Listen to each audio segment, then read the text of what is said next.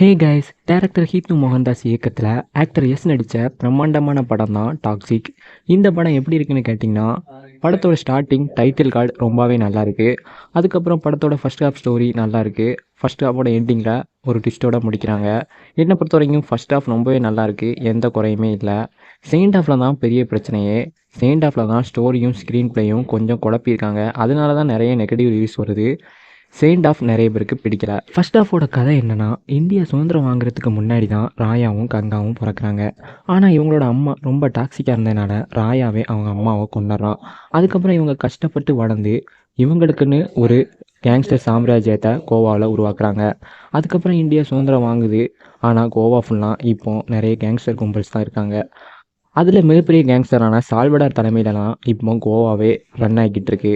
அந்த சால்வடார் கூட ராயா கங்காவோட gang alliance வைக்கிறாங்க. அந்த அலையன்ஸுக்கான காரணம் ரொம்பவே நல்லா இருக்குது. ஸோ இவங்களோட அலையன்ஸ் ரொம்பவே ஸ்ட்ராங்காக போய்கிட்டு இருக்கு. அப்போ தான் ராயா சால்வடார் பொண்ணான தாராவை லவ் பண்ண ஆரம்பிக்கிறான். இந்த லவ்வுமே எந்த பிரச்சனையும் இல்லை, இவங்களோட அலையன்ஸுக்குமே எந்த பிரச்சனையும் இல்லை, ஸ்மூத்தாக தான் போய்கிட்டு இருக்கு.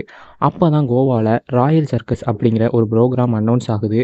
அதில் மெயின் பெர்ஃபார்மர் தான் கியாரா அத்வானி, அதாவது நதியா. அந்த சர்க்கஸ் அனௌன்ஸ் ஆனதுக்கப்புறம் நதியாவை பார்த்தோன்னே ராயாவுக்கு லவ் வர ஆரம்பிக்குது. 2 பேரும் லவ் பண்ண ஆரம்பிக்கிறாங்க.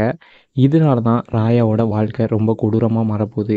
இந்த ஒரு சின்ன தப்பு தான் ராயாவை ரொம்பவே கொடூரமான ஒரு டெஸ்டினேஷனில் போய் விடப்போகுது. அதுதான் இந்த படத்தோட முழு கதை. என்னை பொறுத்தவரையும் ஃபர்ஸ்ட் ஹாஃப் ரொம்ப நல்லா இருந்துச்சு, ஆல்ரெடி சொன்னேன். செகண்ட் ஹாஃப் தான் அந்த ஸ்டோரியும் ஸ்க்ரீன் பிளேயும் குழப்புனதுனால நிறைய பேருக்கு பிடிக்காமல் போயிடுச்சு.